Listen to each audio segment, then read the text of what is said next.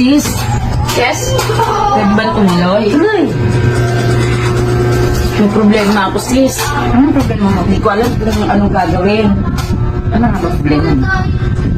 Sa tagal ko inilihin to ayoko na ipaalam sa mga kapatid ko. Tayo bilang best friend kita, di ba?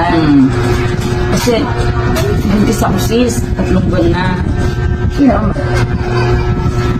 Boyfriend ko, nagpakalayo-layo na siya nung sinabi kong buntis ako. Sabi niya, hindi raw siya. Kaya hindi ko alam kung anong gagawin ko. Gusto ko sanang ilaglag na lang itong bata. Ay, matakot ka. Masama yun. Anong gagawin ko?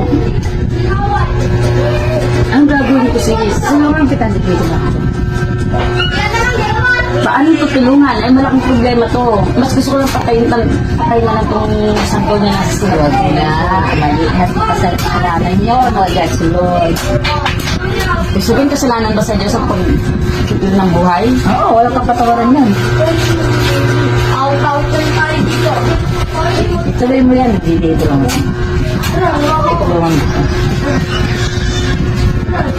Ito yung sinabi mo kasalanan sa Diyos. Dahil may takot naman ako sa Lord.